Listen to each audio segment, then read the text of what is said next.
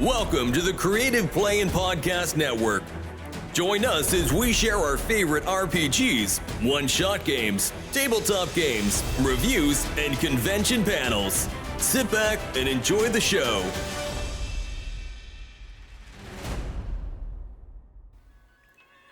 Hi, this is Kelly, aka Trixie from Ragnarok and Roll, a Sign to Ragnarok story, and Tilda Wimblewick from D&D Journey of the 5th Edition. First off, I would just like to say thank you to everyone for listening to our varied adventures, as well as for rating us on iTunes and rpgpodcast.com. If you haven't rated us yet, we would greatly appreciate it if you could. And if you're looking for more ways to support our efforts, we are now on Patreon, a great site where you can help us continue making more podcasts, as well as some special surprises for our patrons. If you can, please look us up at www.patreon.com/cppn. Every little bit helps. And again, thank you for listening. Oh, look at you, you beautiful confection. Hello, you're stunning, a marvel. Perfection, look at you head to toe. Absolutely radiant beyond belief. Oh, I'd love to see the cosplays today. Listen, both of you, it's Sunday. You are like, we have our A+ game today. So good, I'm very impressed, but gorgeous. Hello, all right. So, let me just be all professional for this very serious, authoritative panel about our favourite beverage in the universe, tea. So, right. I am your hostess for this journey, Madame Askew, and I'm so delighted to be with all of you. If you have seen me elsewhere this weekend, it was my doppelganger. She's American, we try not to acknowledge her too often. Could somebody close that back portal for us? Thank you, sir. Excellent.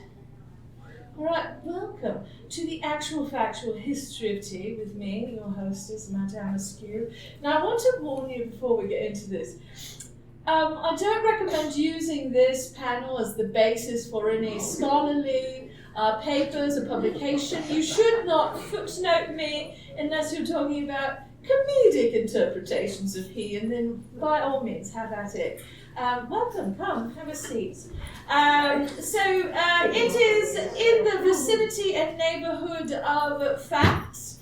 It is fanciful ruminations on said fact, and I'm very excited to take you on this journey through the millennia, because tea has been with us for a very long time. It's not really an upstart beverage that started in England.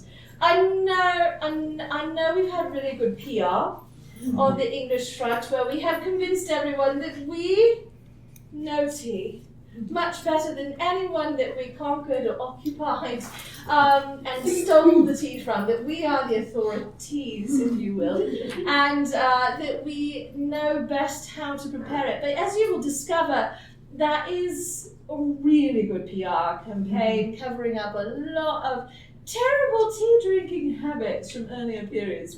We've gotten better, but some people might say we still have some room for improvement, but I digress.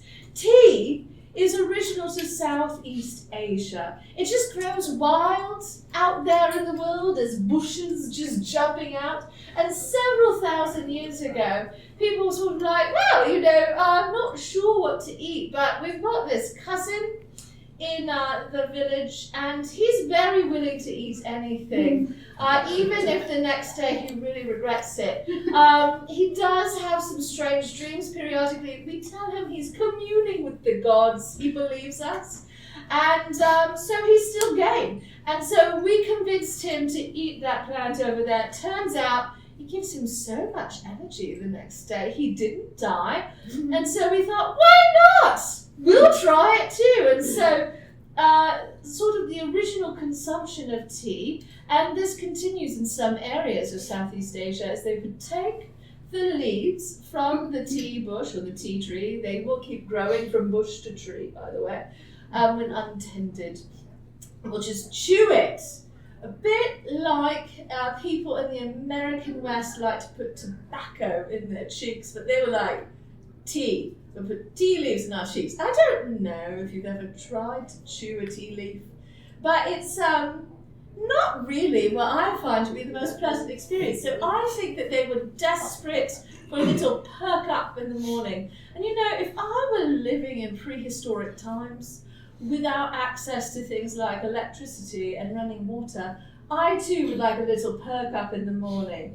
It'd be very hard to get up in the day when I'm like, ooh, you know what, we're going to start the day by making a fire with twigs and trying to find water and hoping that we can forage something enough to live through the day.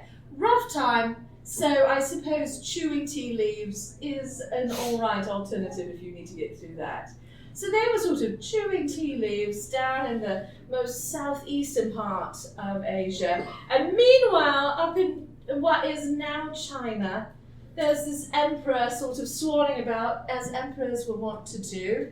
They had great sleeves, they had really good headwear, they spent a lot of time on their facial topiary, and so they were like, when we're done getting ready, we like to swan through the gardens. And this particular emperor is known as a great scholar. He's a sort of mythopoetic figure at this point, and he's well known for discovering many herbs, many plants, many things, and delivering them on to the future generations. And he's sort of swanning through the garden. He's like, I'm just going to sit here and drink some hot plain water.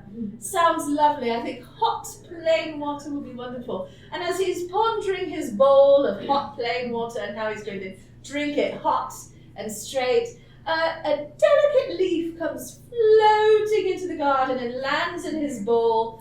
And he's like, you know what, I'm going to drink this leaf water that I have. And he takes a drink of it. He's very fortunate. That leaf flying in over the wall was tea. He's like, oh, this is rather good. Goes well with swanning. I think I should tell people about it. Random discovery. Absolutely did not have that cousin that I convinced to eat this. See how it worked on him. I tested it on myself.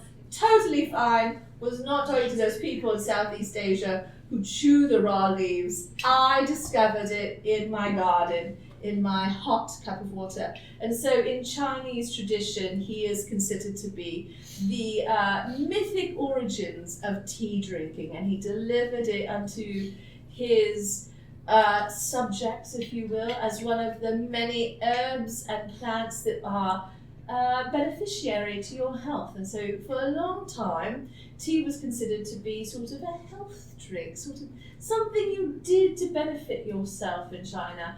And the Chinese really created the art of tea making. They started harvesting the tea bushes, planting them into plantations, if you will, and started to develop a process of refining the tea. So you may be aware that there's more than one type of tea. There's not only the classic iced variety of dubious origin that is very charming in the summer,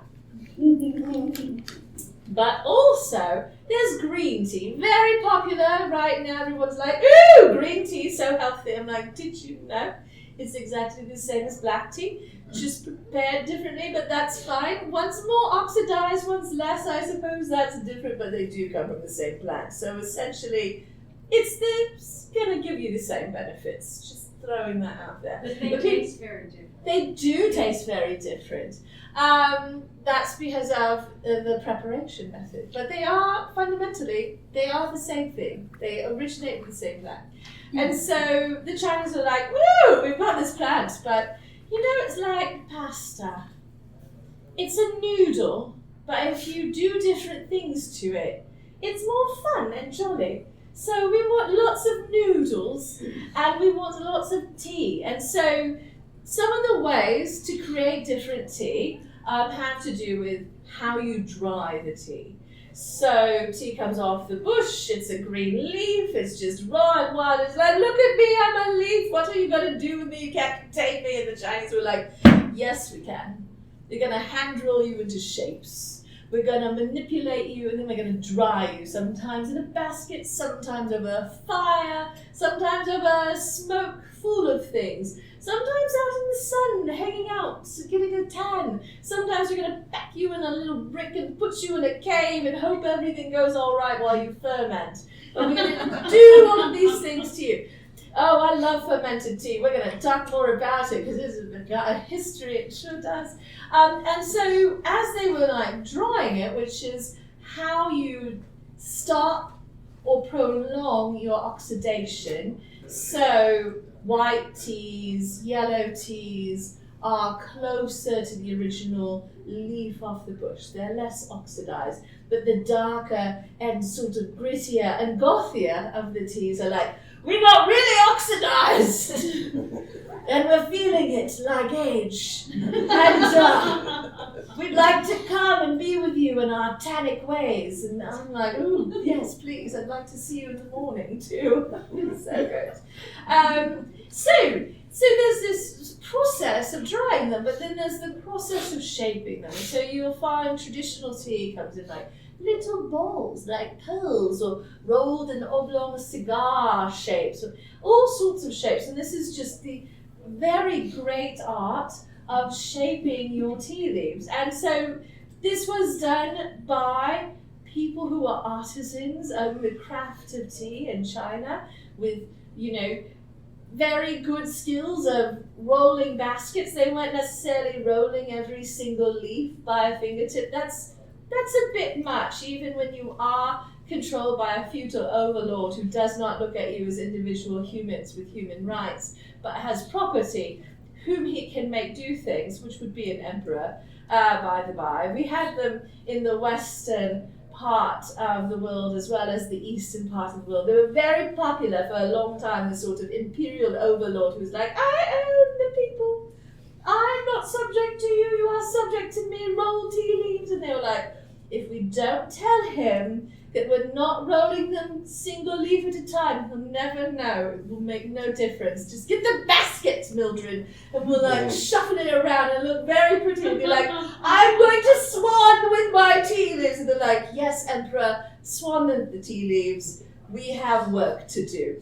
So they were manipulating these leaves, shaping them with baskets. We ended up with things like oolong, which is a tea I love.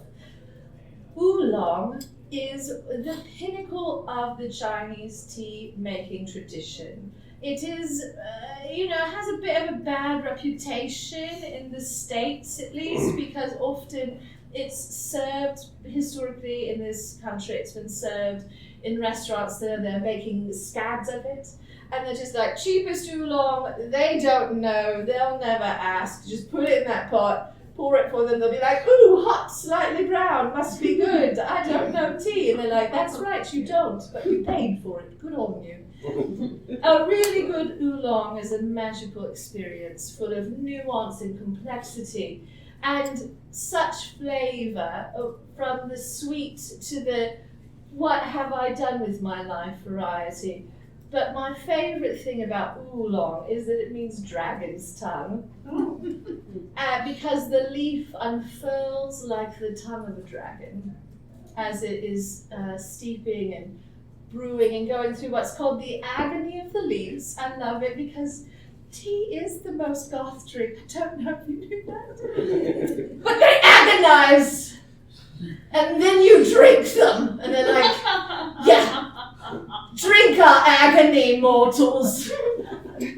So when you're having that cup of tea, just remember you are drinking delicious suffering. So oolong, dragon's tongue. Now the Chinese are like, this has been great. We've been doing this for a few hundred years. Very satisfying. We have a very well developed experience of tea. Also, we control it very closely. People are not allowed to learn our secret trade secret ways. They didn't have trademarks. They just had imperial decree, where if you came in and you were like, I'm going to steal the knowledge of tea making, they were like, how do you feel about drawing and quartering in depth? They were like, no, I didn't want to know that much. We'll just buy it from you. They're like, that's right. You shall buy it from us. Yes, madam. What's the perfect climate to grow tea in? I tell you what, let's hold the questions for the end and we'll come back to that. Okay. Right, great. Because it sort of doesn't fit in with the flow right now, but I will remember you, all right? Okay. So the Chinese started exporting their tea and they were like, so we want to share our culture and maybe influence, and the emperor's been growing bored. We'd like him to swan other places. And so they were like, what if we reach out these tea tentacles to other regions around us and see if we can also send out soldiers and imperialism with us? And they were like, I don't know, but we'll buy your tea. The Mongols were like, so listen, we see what you're doing and we do want the tea, but also we're going to take over. And they were like, oh no, build a wall. And that helped a little. But ultimately they did just end up succumbing. And the Mongols also took some tea. And you know that fermented tea? Here we go. So the Mongols were like, listen. We're on horseback, right? And we haven't really gotten into this whole saddlebag business. What we like to do is store things under our blankets against the sweaty horse. And it sort of like tenderizes them. How will that work with tea? And the Chinese were like, I don't know, but have fun with that. And they were like, great. So they took these little tea bricks and they stuck them under the horse blankets and like, I'm going to sit on this all day. I'm going to sit on that tea on the blanket next to the horse where it's sweaty, and we're going to ride across the steppes and conquer and pillage. And at the end of the day, we're going to drink the horse sweat fermented tea. Yeah, that's pu'er. Pu'er developed from horse sweat to fermented tea to the tea we have today, which is not usually done by horse sweat anymore, right? They're like, listen, the horse sweat, it does give it a little subtle note, a little spiciness, but also a lot of horsiness. And there's the fur, which is so awkward in a cup of tea. And we can't get those Mongol horns to tenderize the tea leaves in the same way anymore. They went on to other things. They're like, have you heard of hocking? We like hocks now, not riding around on tea.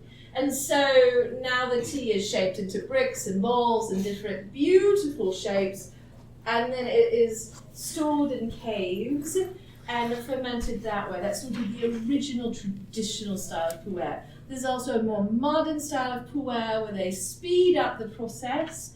They use modern cooking techniques to sort of cause that fermentation to happen. No horses, again, very important, that we've moved away from that.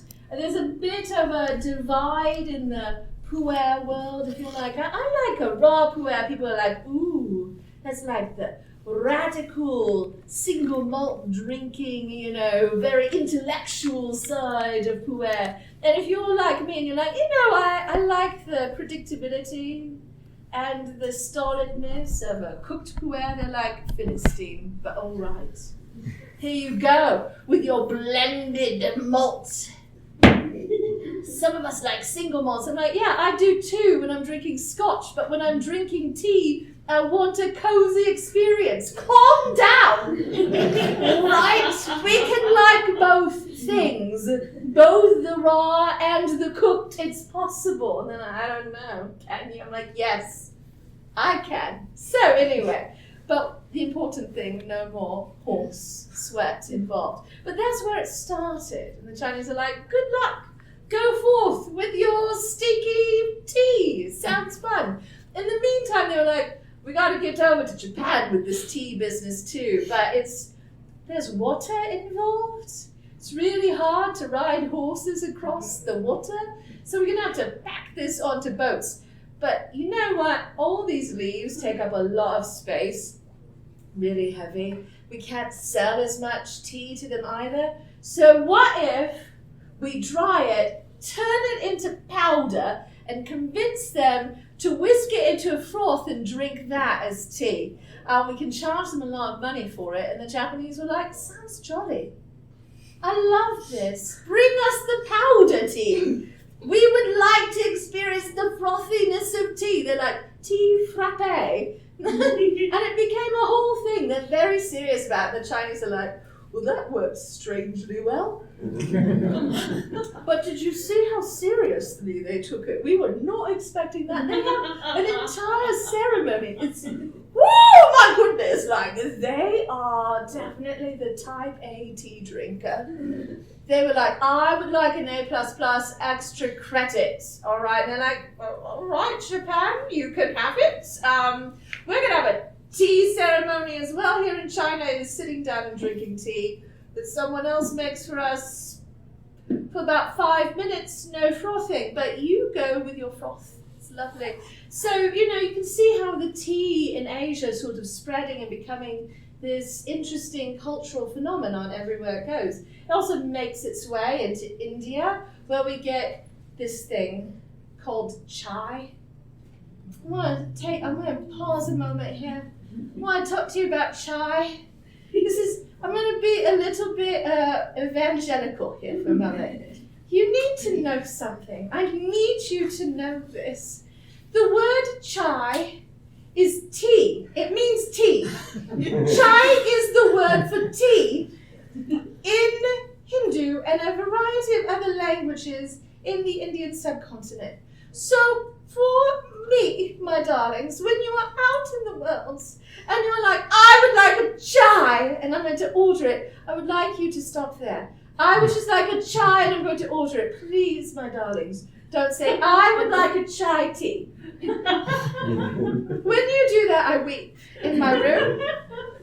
And I'm like a little fairy, right? And so as you are asking for chai tea, I am withering ever closer to my mortality. So I need you to just say chai. I would like a chai, just a chai, because you don't need to say I'd like a tea. All right? Just remember that.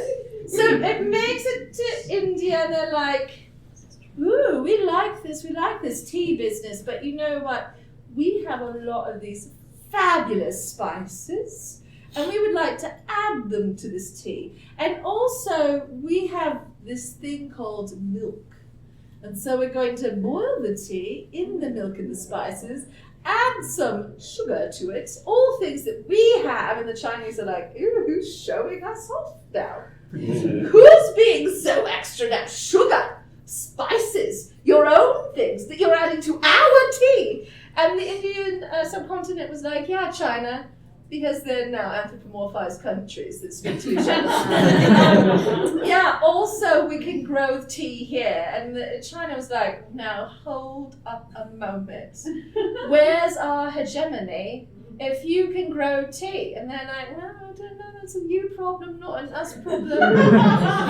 We're going to export this thing called masala chai, which is, that means spicy tea. So masala is spicy, it means spice blend.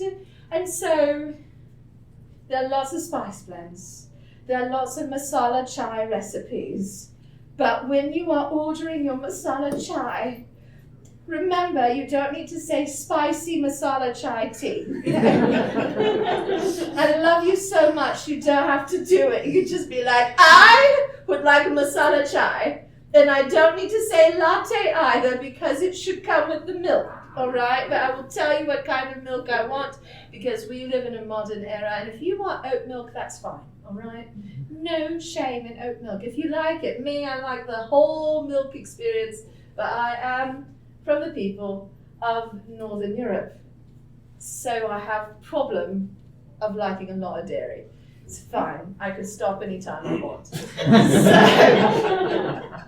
So India also has indigenous tea bushes, indigenous tea culture. There is a connection between China and India. All of this has a connection. And it's sort of a wonderful exchange. There's a bit of collaboration. There isn't really that much of a shift of power dynamic. But then the Portuguese are like, hello, we're very keen on colonialism and trade.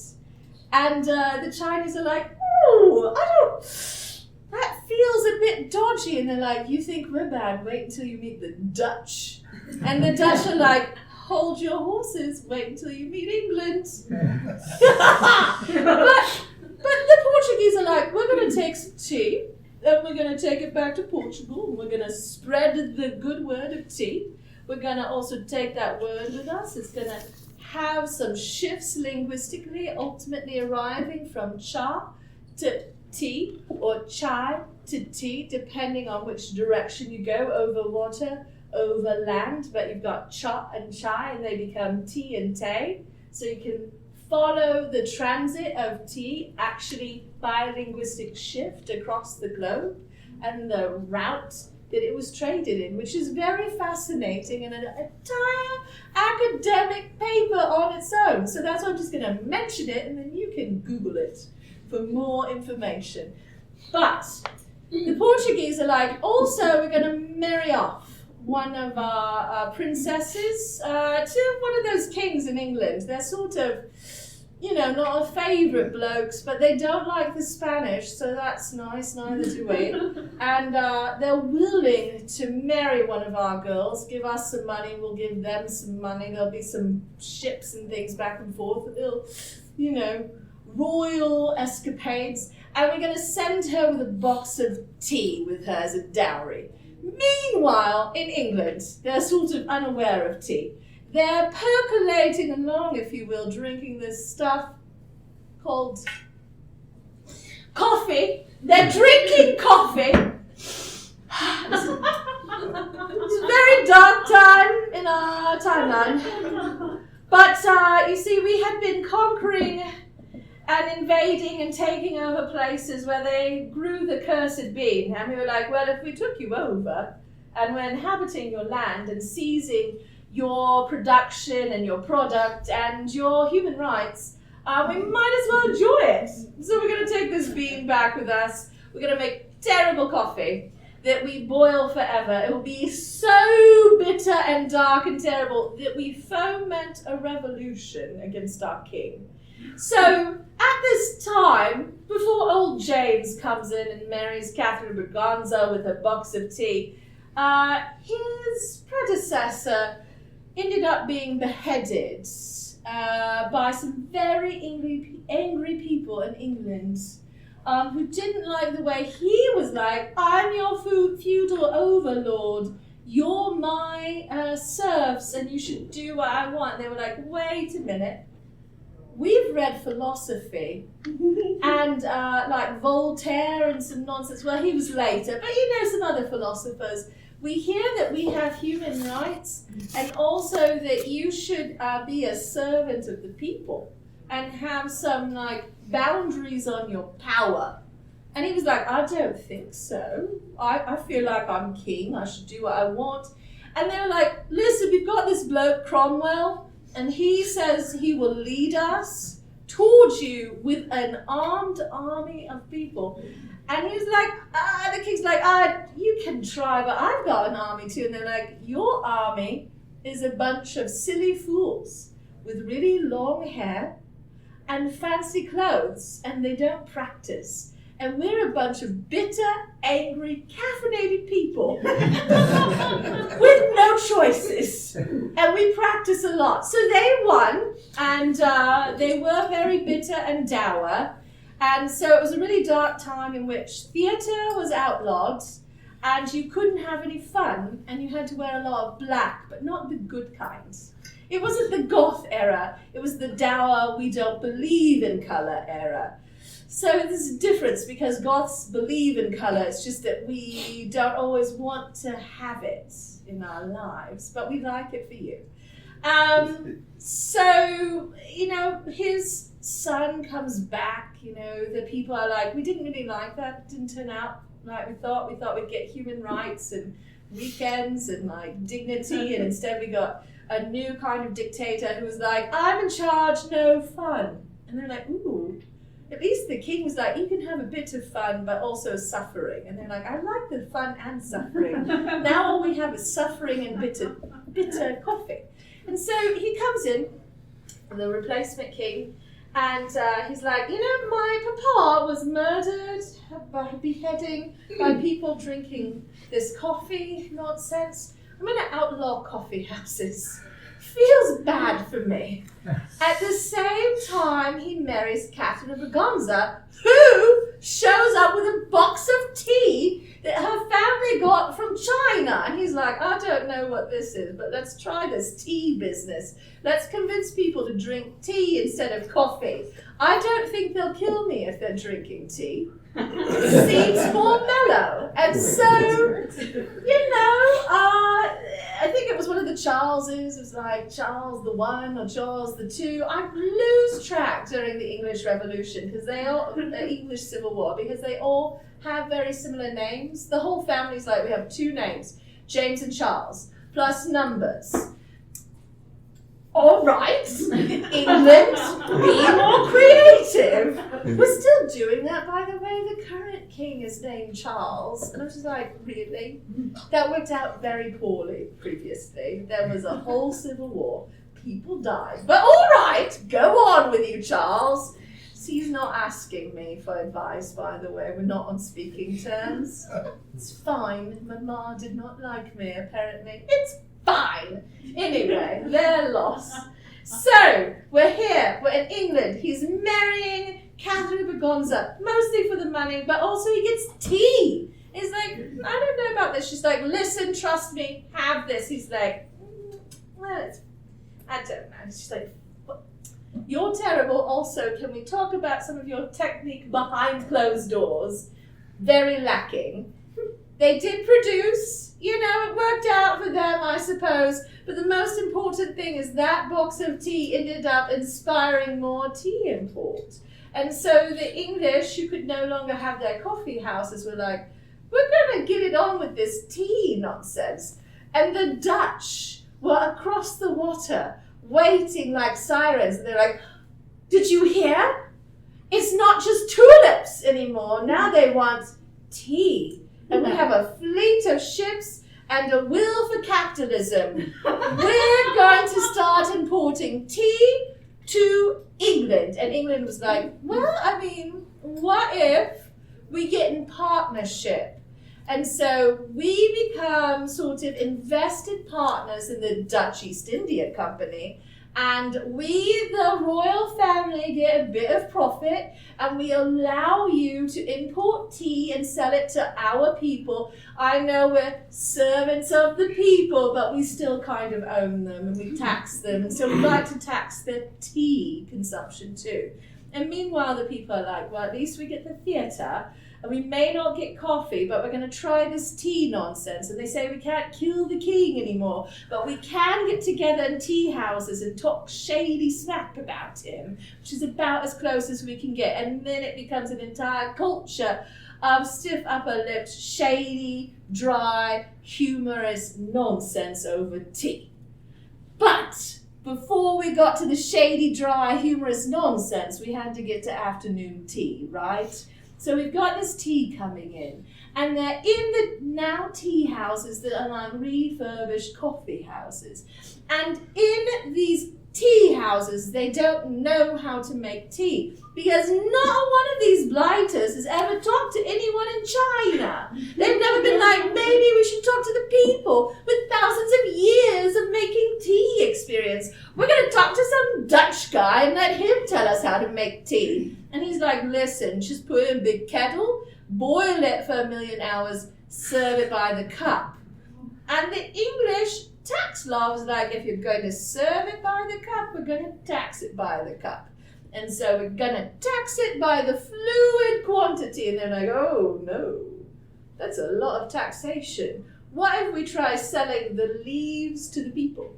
And so to get around some of the tax laws and the tax issues, and to like make a little money on their end rather than giving it all to the royal family and the royal treasury, they're like, let's sell leaves, let's see how that goes, which is really good for us because they were drinking tea that had been boiled within an inch of perdition all day, and they were like, ooh, delicious. So good. Do you remember the coffee? Me too. Love this. It tastes very similarly. Oh, so I'm glad they changed the tax law so we could get at least tea leaves. And so we've got this whole like, well, we're kind of going to more caffeine experience, and we'd like more and more tea. And into this mix comes the Duchess of Bedford, who's like, I like tea. Also, I'm very wealthy and very fashionable. Also, they won't let me eat dinner until like 9 p.m. at night, and I'm so tired. I don't have luncheon, and I only have breakfast at like 10 a.m. and then I spend all day lounging in my room and getting ready for the ball that I have every night. She's like, but I'm a duchess. I can do what I like, and what I like is to have a snacky in my boudoir while I'm in my dressing gown getting ready to go to the ball. And so I'd like everyone to make me some tea and little sandwiches and maybe some biscuits and bring it into my boudoir at like 2 to 4 p.m. And then I'm going to do that for a couple of hours. And if I like you, I'll invite you into my bedroom and we can have tea together and gossip. Sounds gay. I'm in. But also, all of her friends were like, ooh, I love this. I get really tired and hungry in the afternoon too because my husband says we can't have dinner until 9. And since I have no human rights or dignity, I have to do what he says. It's really hard. And so the Countess was like, tea's the way, my darling. If you must despair, at least have tea and sarnies in the afternoon. And so the Duchess of Bedford started off the fad of afternoon tea, which here in the States you call high tea. There's a whole thing about that. I could wax rhapsodic, but perhaps I shan't because we don't have that much time left and I can only rant at you so much. And my main thing I want you to take away from this is that it's masala chai.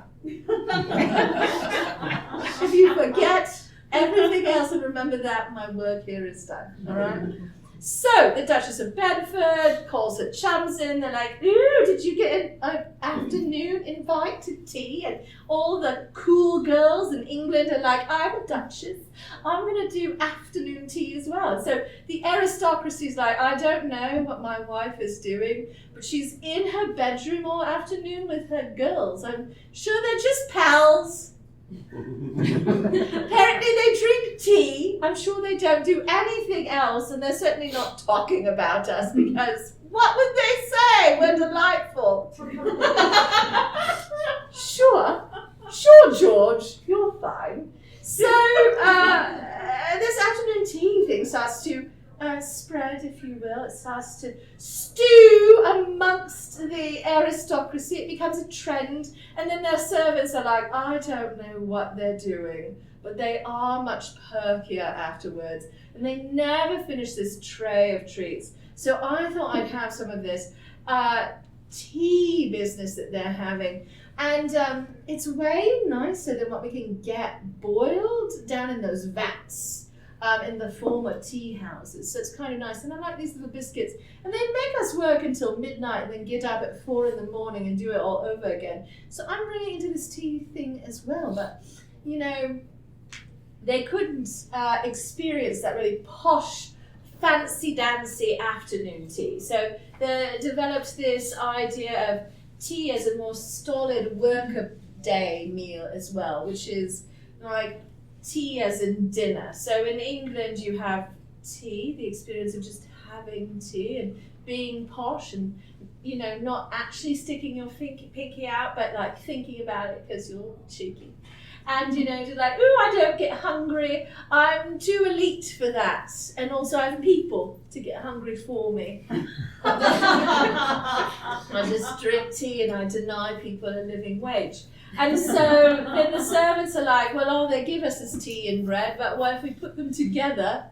We can pretend like we have a whole dinner before we go working some more. So you had tea, dinner, tea, fancy dancy. And so you'll find idiomatically in England that people say, oh, it's time for tea. And they mean supper at like 5 or 6 o'clock. And they're going to serve you kidney pie and maybe tea, or maybe they'll just be like, well, we didn't really want tea. How about beer?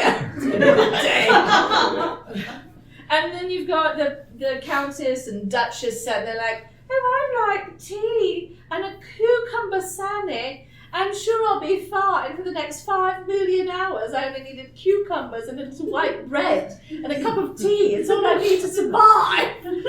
But because I do no work, right? When you're lying around all day, what more do you need than cucumbers?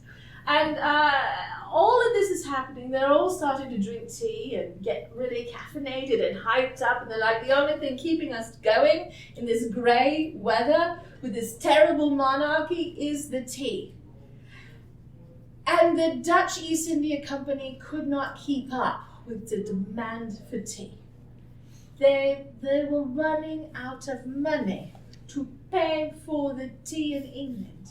They started taking their silver teapots and their silver tea sets, melting them down, shipping all the silver with the Dutch to China to try and get more tea. And the Chinese were like, this is working out very well for us.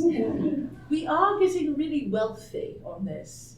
But then the English were like, wait a minute. We're running out of money. How do we get our tea? And some bloke was like, Your Majesty, I have an idea. It's very clever, super cheeky. We grow this thing in Afghanistan. Yeah, it's this place we took over, we colonized, we own it now, we steal their products. You know, they're unhappy with us, but it's fine because we're English. And the thing we're stealing from them is opium. And apparently, you thought caffeine was a hook for you. You should try opium. It really gets its claws in, as it were. And so what if we take the opium and we sell that to the Chinese in exchange for the tea? And the Chinese initially were like, I don't know, in moderation seems fine. But then the Portuguese decided to come back into the story, and they were like, listen, we found a better way of having opium. And this way, if you prepare it in like pipes and smoke it, it's a lot more potent and more addictive. But our sailors really like it. And historically, it seems to work out for us, although we're not remembered as a big imperial power. So maybe it didn't work out for us. But we're going to teach you how to smoke opium rather than just having a little sliver as a snack and eating it. And so they got China hooked on opium. And the emperor was like, hey, gentlemen of the West, I'm an emperor, you're a king. I feel like we've got a lot of similarity. I think I own my people, you think you own your people. They're all serfs, they should really do what we want. So why don't we come to a gentleman's agreement? Stop sending me opium and just start sending me money and I'll keep sending you tea. And England was like, no, I don't want that. I want to addict you to more opium. And the Emperor of China was like, but no, I forbid it. And England was like, but no, I have guns. And so they went to war. England fought China for the right to addict its people to opium in order to get tea. The English are the bad guys. And they won. They won that war because they had superior arsenal on their boats. They had steam and power. And the Chinese were like, we've got steam, but we were doing more productive things with it than blowing things up. What a terrible, rubbishy idea, the English were like, is it? Because we won. And now you have to take the opium. Also, we'd like Shanghai. And we're going to have it. So they made their own port. They took over an area. They created these cantons for sort of the foreign occupying force of the British and other European powers. And China was like, that did not work out very well for us at all. But, I'm still angry about it. So they fought a second war. So there were 2 opium wars. They lost both of them. Set China up for some really bad things and probably a really bad 20th century ultimately. But the main thing is there was a lot of bloodshed over tea at this point. And there was a Scotsman who was kicking around who's a botanist. And he's like, oh, those English. Have they heard of botany? It could really solve all their problems. And I'm Scottish and very practical, and also the English have been occupying us for a long time. So we've learned how to work with them, or through them, or under them, or, around them, whatever we have to do. We sort of convince them that we're helping them, but we may not be. And he was like, I think tea can grow in India as well, because tea does well in a mountainous climate.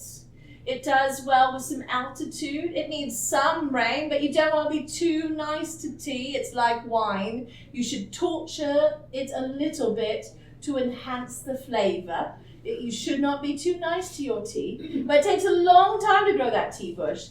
And so Mr. Fortune, Scotsman and botanist, wasn't necessarily speaking to the people of India very much about it. He hadn't learned the masala chai lesson that I taught all of you.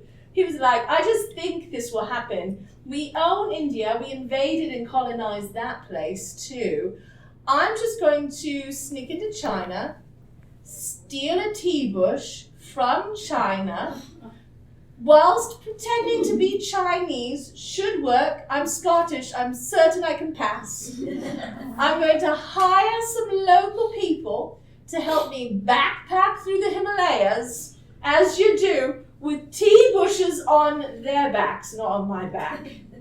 I pay them for this. We're going to go over the Himalayas, back into India. I'm going to go into Darjeeling, and I'm going to plant tea there because I think it'll grow really well. The Indian population will be so excited to discover I have brought them tea. The Indian population was sort of like, well, we could have made you a cup of chai, but sure, you are deranged. So whatever you want to do seems great. And so Mr. Fortune goes into China, through Shanghai, pretends to be Chinese, abducts a tea bush, goes over the mountains, lives. One of the tea bushes live, amazingly, in a backpack greenhouse on their backs.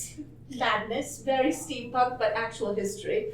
They get to the border with the whole, like, official bureaucracy there who's like, we've got to check your luggage for any sharp objects or explosives. And what's that bush? And they're like, it's just a tea bush. And they're like, I don't know, disbelieve. So customs agents actually killed several bushes in this process. And Mr. Fortune's like, come on, man. I pretended to be Chinese. I avoided capture and torture and death to abduct a tea bush, and this is the thanks I get. And they're like, we're customs agents, not botanists. What do you expect from us? We're here to get more money. And so they do manage to get a bush into Darjeeling, and Mr. Fortune starts the first plantation of tea in Darjeeling. And then, surprise, surprise, he meets his good chum, another Scotsman, Mr. Lipton. And Lipton's like, hey, I am a grocer in Glasgow, and what I think would be great is to make tea a lot more available to more poor people, because it shouldn't just be the aristocracy having tea. I would like to democratize tea and make it more affordable for everyone, because everyone deserves a good cup of tea. Oh, that altruist Mr. Lipton. And so he went into a business arrangement with Mr. Fortune to create the first tea plantations in Darjeeling and to start the Lipton tea empire through the purpose of abducted, kidnapped tea bushes from China, which became the original Darjeeling tea in Darjeeling, India. So tea from Darjeeling is secretly tea from China, which is a thing you now know. And the tea that's indigenous to India is Assam and Nilgiri. And all along Mr. Fortune was like, why talk to the people of India? Why be rational when I can pretend to be Chinese and sneak into China and almost be murdered by the emperor for my audacity? So today we get most of our tea from India and China, and Darjeeling is considered to be the champagne of teas. But it's my favorite because it has the most notorious history, because it was kidnapped from China, and it's so absurd, it's hard to believe that that is the facts of the matter. But here we are today, drinking tea that was abducted from India, or from China, I love it. It's so delicious. It's a wonderful tea. But also Assam is very lovely, a very charming tea. And it's like, listen, I was the OG over here. I'm really unloved and I deserve attention too. Have you tried chai? So that brings us to modern times and modern tea world. There's a whole extensive experience of tea shenanigans in modern times too, and all sorts of ridiculousness that occurs, including a tea cult, which you may ask me about at any time, because I'm very happy to speak to you of Celestial Seasonings, the actual tea cult created by actual cultists who believed that there were like alien beings that came to Earth of a whole range of colors. I guess we're talking about, we have 2 minutes. And they were like, well, depending on where you are at on the color spectrum, you're good or bad. And it just turns out people who are made out of white light are good. Not racism, not us, not a cult. We would never be racist. But the people of the darkest light are very bad. So it's a racist tea cult. I personally don't drink Celestial Seasonings. You can do what you want. It is only a tisane. There's not even really any tea in it, so they're secretly just a tisane cult anyway. Yeah. So we have a couple of minutes if you have any questions after that lively sort of jaunt through history of tea. Also, it's a jaunt through colonialism, expansion, and the British Empire. Yeah. Yes. I hear there was a tea party in Boston. Oh yeah, no, you know the colonials, right? So England really, we're very proactive. And we like to go places and we'd be like, ooh, it seems nice, we're going to collect you like Pokemon. And the places were like, but we don't want to be collected. We already have people. And they're like, oh, bish bosh, we've got a flag. And they were like, what has that got to do with anything? Well, we're English, it has everything to do with it. And so they sent some colonists, right? And they were like, ooh, colonists, we sent you, but the king has been making plans again and forgot to fund them properly, and so we need more taxes. But you know how it is. The colonists were like, you're a servant of the people. We're not your serfs. And he was like, oh, that sort of did go poorly with an ancestor, but I don't think you'll behead me. And they're like, want to try? We're sending you your tea back. Taxation without representation. Do I have to outlaw tea as well? My goodness, they get hopped up on tea and they're like, no! Probably syphilis and booze! I don't know, it's the new world! We made bad choices! It wasn't the tea this time. So, all right, we'll go to war. But yeah, they dumped a lot of tea in the harbour. It was not black tea. It was not loose leaf tea. It was probably bricks of green tea.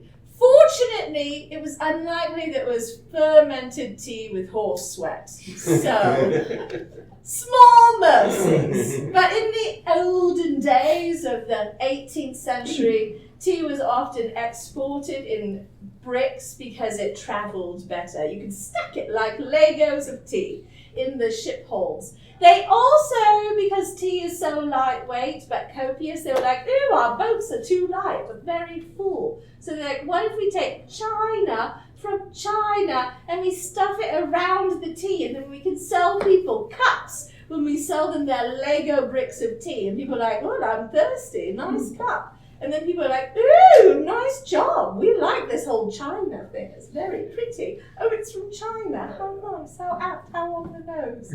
So, yes. Yes, madam. Correct me if I'm wrong, but I think teas like Lipton tea and red rose that you get are crummy teas. Well, they are now. Yeah, but where would you recommend getting high quality teas? Do you live here? I live in Phoenix right now. Oh, well, I don't know the Phoenix area very well, but here in town, in Tucson, we have 7 Cups Tea, which is one of the best tea houses in the country, actually. Why they're here is a long story. You'll have to ask Xu Ping. It's not mine to tell, of course, but love is involved, and romance and happy endings, so it's not a bad story. But Seven Cups is an amazing Chinese tea house. They have a lot of education there. Excellent quality tea. So that's the main place I would recommend. Otherwise, the internet is your friend. There are a lot of fine, small, independent tea makers, blenders, producers on there. You can order from them. I like Tea Pump Teas. I have a professional relationship with them and we're friends. I also like Friday afternoon teas. They're very charming, very geeky. You've mentioned TusCon teas, wonderful. So there are a few places like that you can order from online. Yeah. Any other questions? Are you stunned and overwhelmed? What is the one lesson you are supposed to take from this panel today? Massage! Don't go under the Rito River. Thank you. Thank you. Every time I cross the Rito River, I die a little inside. I'm like, we came in here, we brought English.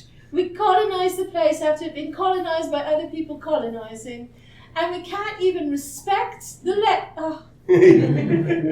Rito! It's just a Rito! But you know, I'm a linguist, so sometimes I get het up about these things. Just masala chai. Any other questions? All right, go forth, do good, be kind, take care of yourselves, wash your hands, drink the good tea, and remember, it's masala chai. All right, I love you all. And all in 50 minutes. Woo! Thank you for listening to the Creative Play-In Podcast Network. If you enjoyed our show, please check out D&D Journey of the 5th Edition and Ragnarok Enroll a Scion Hero to Ragnarok Story. Also, check out our Patreon page for more content and behind-the-scenes things, as well as joining us for a one-shot game or two.